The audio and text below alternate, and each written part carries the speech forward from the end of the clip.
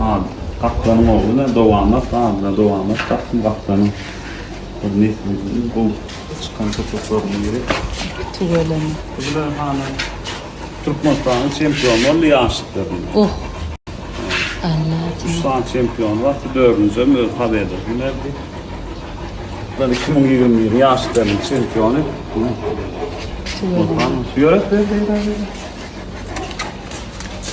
Ovadan. Kaplan. Kaplan gel. Lütfen. Hatta bu aç çıkarvatırma. Kadın var ya, razı. Hmm. Kaplan büyük ya var.